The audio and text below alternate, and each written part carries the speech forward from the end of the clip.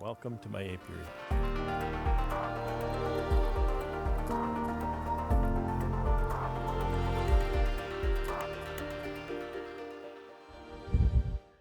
It's Monday, October the 10th, 2022. Thanksgiving Day here. But to the farmer, it's Monday. Or it's another day. Well, I've been trying to kind of enjoy the weekend. We had some friends over, which was really nice. Took it mostly easy on Sunday as a rest. Today I need to prepare for moving bees. And as the situation dictates, I'm going to have to use my 20-foot open trailer here, or flat deck, I suppose you might want to call. So I need to get my tank and pump off it, which is not really a big deal. I've set this up so that I can, and I'm trying to keep my back to the wind. It's rather windy from the south, which is making it unseasonably warm here. So I've set this up with these Camlock quick couplers. They're a little bit pricey, but sure make work easy. There's one here, one there, and there's one on each end of this. And we've got yellow jackets and hornets everywhere. It was just hornets, but I see yellow jackets now. So they're taking interest in anything that smells like syrup. And when I take this apart, this is going to leak syrup everywhere, of course. There's really not a ton of syrup in the bottom, just a little smattering of syrup down there. I don't think that's going to be a big problem. However, I think before I do any of this, I want to get a substantial amount of water in this tank, run the pump, and flush this as well as I can. I don't want a ton of syrup sitting in the pump over the winter. The pump resides in my building, so it doesn't have to put up with freezing conditions, which should be fine because it doesn't have anything in it. But I put it in there anyway. It doesn't use up much space. And so that's really what I'm going to do first off today, or with this project anyway. So let's get to it. We'll get some water in there. I've got some water going in there. I'll open the valves. And I'm planning to agitate this. Let me guess, I've got probably nearly 100 liters of water in there now.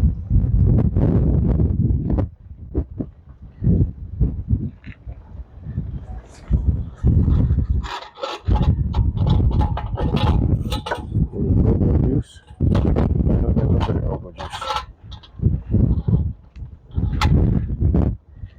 The plan is just to dilute whatever syrup is in there, and dissolve whatever sugar might be in there, and pump it out. I've got a barrel here that I was using for open feeding. I'm just going to pump it out into there. It'll have a little bit of sweetness to it the bees can enjoy. And so that's probably what you might know as a 45-gallon drum. I don't know if it's 45 Canadian or US. They're on the order of 200 liters, which the water is here, and that's the 200 liters is right about that bar. So I'm going to start the pump and let that mix.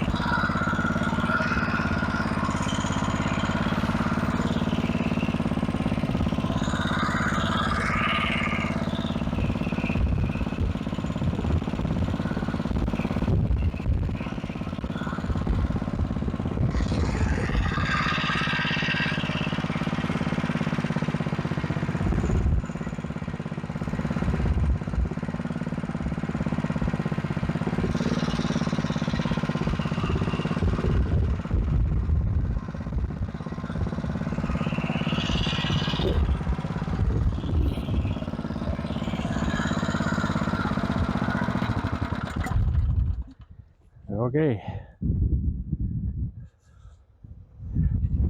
That should be nicely rinsed.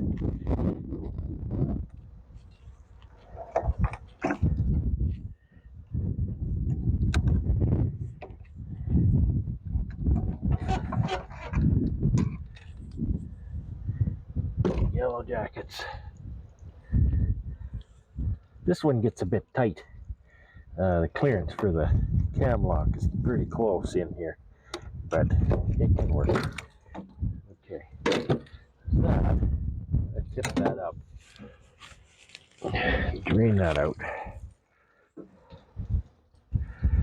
And then I need to make sure I remember to close it because the bees will go in there and die. Yellow jackets too, but I'm not as concerned about them. Okay.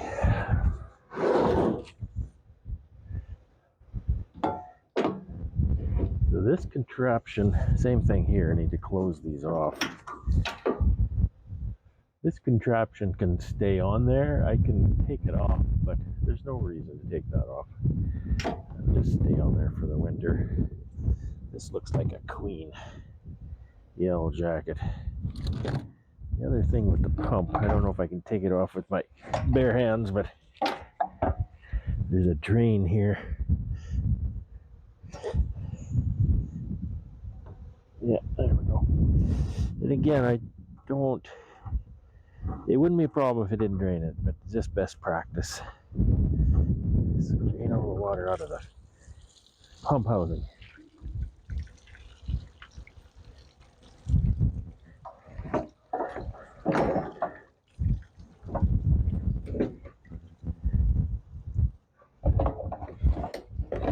If you were going to store this in a freezing environment, you could pour some RV antifreeze in the top there.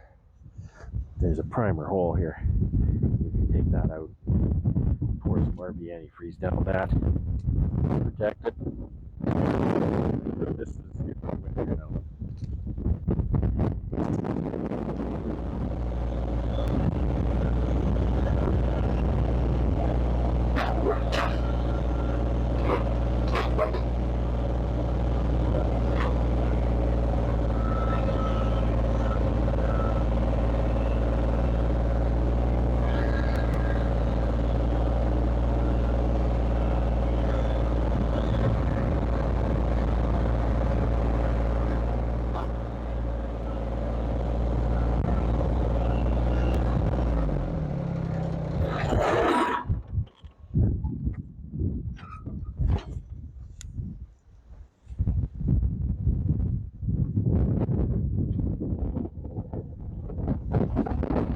Wickedly heavy piece of equipment.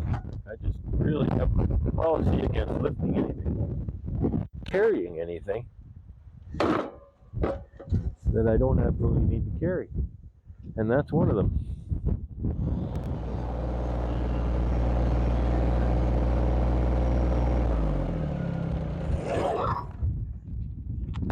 Now, I don't know if this is going to work in practice like it worked in my head. We'll see.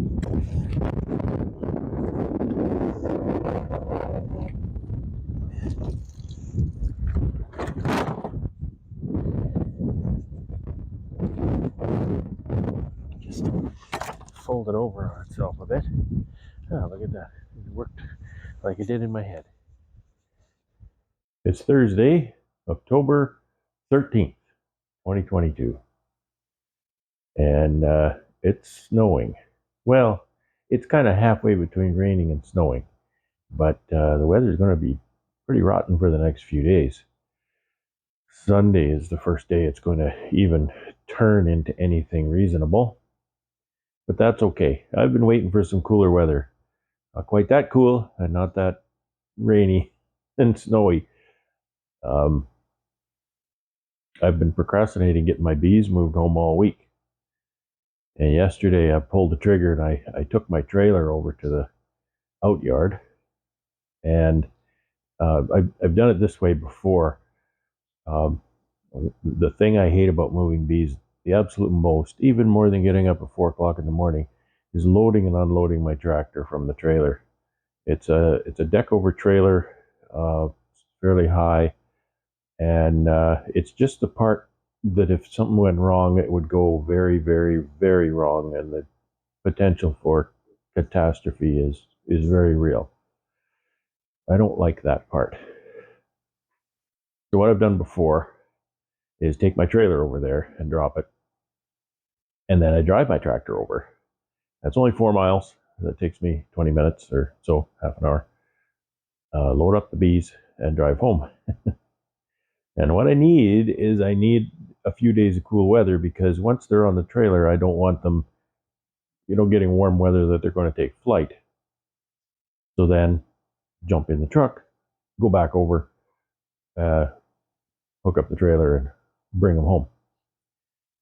So I'm not sure if I'm going to be able to do that today or tomorrow.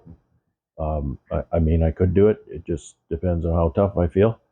It is raining, and it's only 1C outside, so a 4-mile drive on an open station tractor down the road. At I think 6.8 kilometers an hour, I think the thing goes. Not very fast. Is something that now I'm waffling on that. But we'll see. We'll keep an eye on the weather and run over there and do that as soon as possible. After they're loaded and I'm home, no big deal. Go over with the truck. Truck isn't open station, thankfully, and grab them and come back.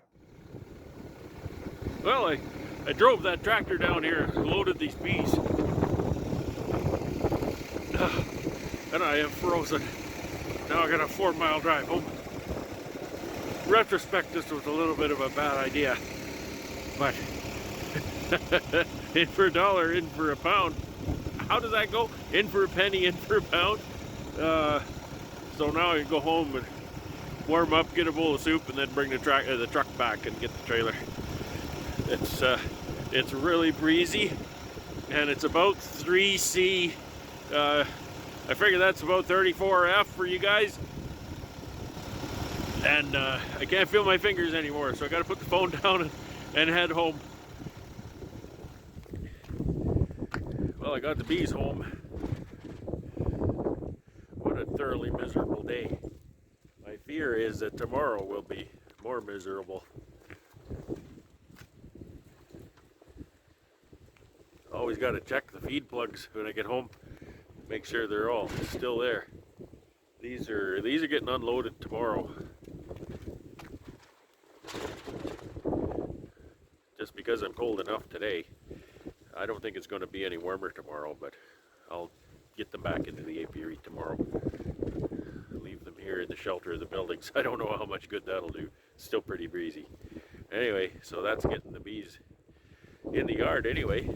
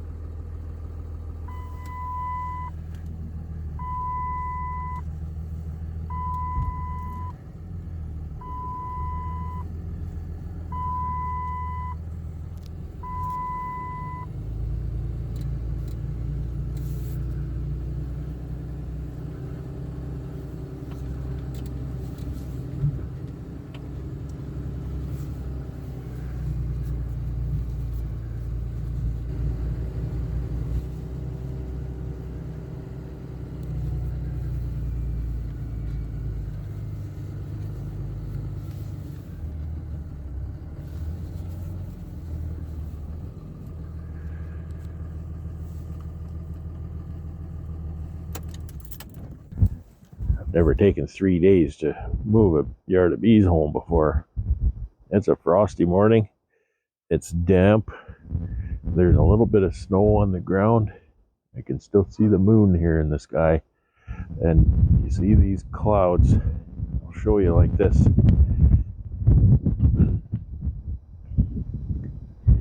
That may look kind of pretty, but that is a cold, cold, cold north wind. I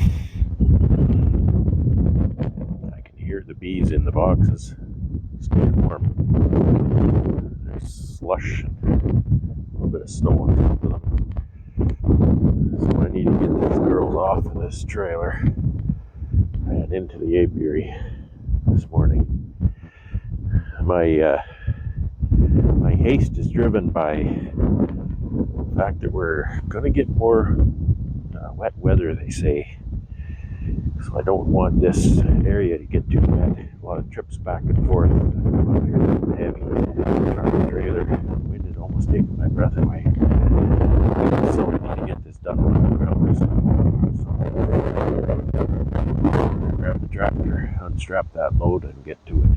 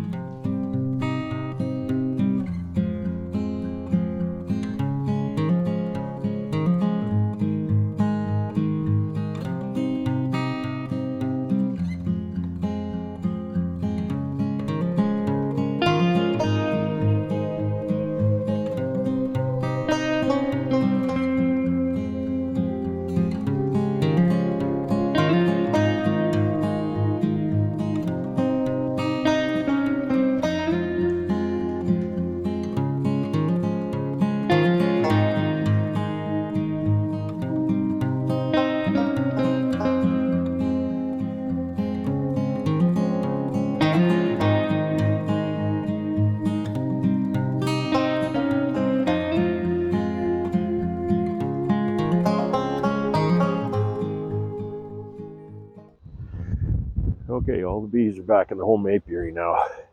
Now, some might be wondering, some of the new people might be wondering, what in the world am I doing here? So I'll explain it.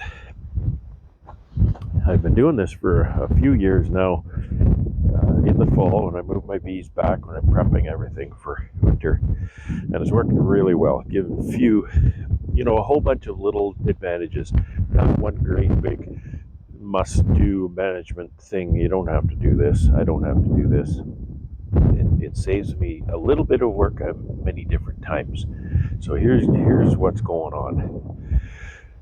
You notice I have my beehives facing each other, which is pretty unusual. I realize that, but I've been doing it a number of years, and when I started doing it, I realized it didn't cut down on production, so I'm okay there. The reason I have them facing each other is because of this wind, especially this north wind. So each hive gives the other hive, or each pallet of hives gives the other pallet of hives a wind block, a wind break. Okay, so that's why I do that. It offers me many different advantages, which I won't go into right now. Management, I'm not ever working in front of the hive. I can work beside the hive, and I just find it very, very convenient. And after building these stands, I love those stands. But this arrangement, why do I leave them stacked? I'm done managing my bees. I've fed them up so they don't have pails on anymore. I don't need to take the lids off anymore. And all I have to do is oxalic acid vapor. Well, half of them now, I don't even have to bend at the waist to get my oxalic acid vaporizer there. And that's just a small thing. It helps you not get wore out. This one's still down there, so no help with that. And when I set them here, I set this one so the entrance is facing that way, which is north. And I set every subsequent pallet so the entrance is facing south. So they're actually a little closer than they would be normally here in the apiary. So they're all giving each other a nice wind break. I guess the top ones likely get a little more breeze than the bottoms, but it's always worked out okay. So I put these in the kind of in my aisleway here, so now I can't drive my tractor through here. But what I do is I'll take all of these hives, all these pallets, and I'll move them into that aisleway there. And as I'm doing that, I'll stack them up, and I'll take the far row of pallets and I'll move them also into this aisleway. So my aisleway will just shift. It'll shift to be right here. I don't really need much of an aisleway at this point. I'm not hauling equipment back and forth. I'm not bringing things in and out with the tractor, and I don't have to cut the grass at this point, or any more this season. You can see the grass is kind of long. So what I do is when I'm doing all that shuffling, I just leave my mower running on my tractor, and as I drive around, all the grass gets cut real nice. So that's an advantage too. So I have a lot of shuffling around to do. The nukes over here,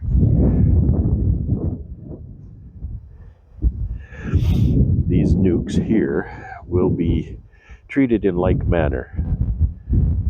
They'll be moved maybe over there, or maybe even ahead of these, because now my rows are half as long because they're less than half as long because they're stacked up too high and they're closer together, and I don't have spaces between the quads. So anyway, the nukes will get stacked up too high as well, and that'll all get mowed. Poly boxes down at the end, I don't know what I'm going to do with those. My love-hate poly boxes. I have them.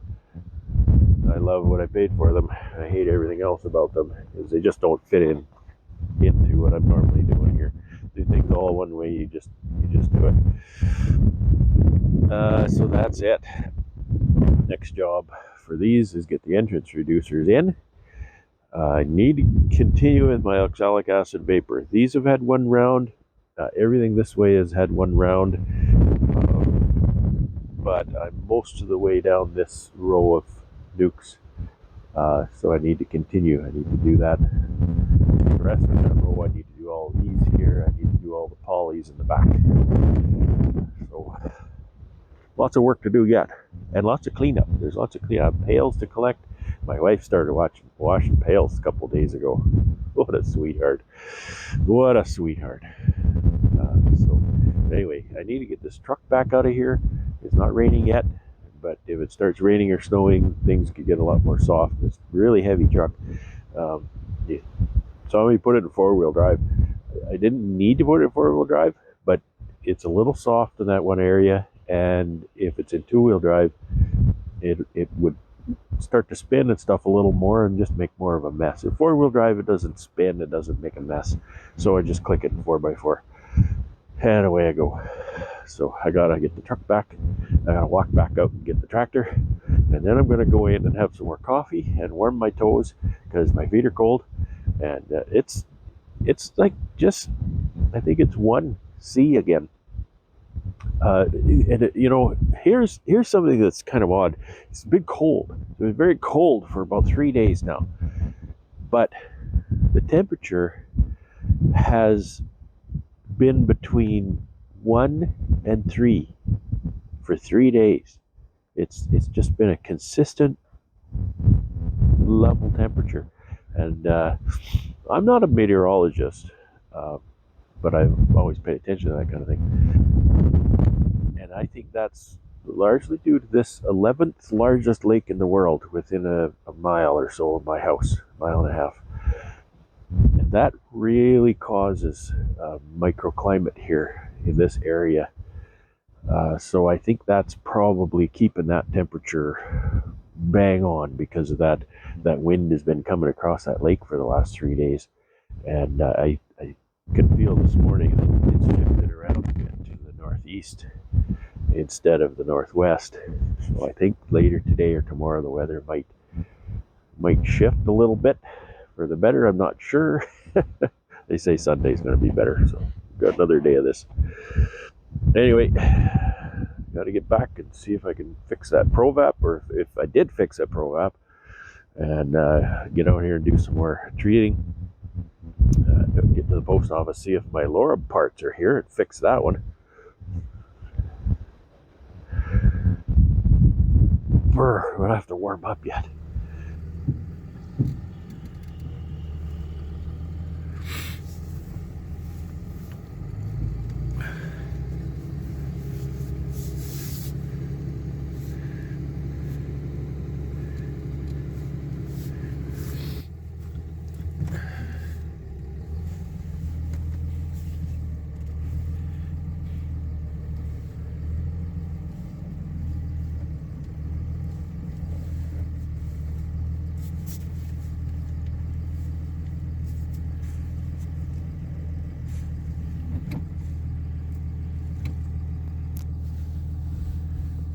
I've been spending some time while I've got the tractor out here just moving some of the singles over next to other singles, so I can just lift that box onto the other pallet and make pallets of 2 instead of pallets of 1. I should have either an even number or an odd number of hives, so I'll have no more than 1 pallet of 1, worst case scenario. 2 things I wanted to mention. One thing is, this is a really good time to do this because it's been cold weather for 3 days at least now. So if it's been cold enough that your bees have not been flying for a couple of days, that's perfect time to move them. If you want to move them in your apiary, sort things around or something, fix some little nagging problems that you might have, because they've forgotten where they live by now. So even if they do get another chance to fly, they're going to reorient to their new spot. And by the way, there is no such word as reorientate. I chuckle every time I hear that word. So another thing I didn't mention about stacking these in a row here is another small thing that saves me another small bit of work. Is this is exactly how these are going to be moved into the building. I'm going to grab these quads. So there's 4 hives here, 2 pallets, 4 hives. I'm going to grab each one of these quads and head off to the building. Probably, boy, the way it feels, it'll be another couple of days, but usually it's the first week in November is when I do that. So that saves me time, and it's usually a pretty cold day. So, if I can just kind of zoom in here and grab this and zoom back, makes that job a lot quicker and less time out in the cold for me. And yeah, so that was just one of those things I wanted to mention as well.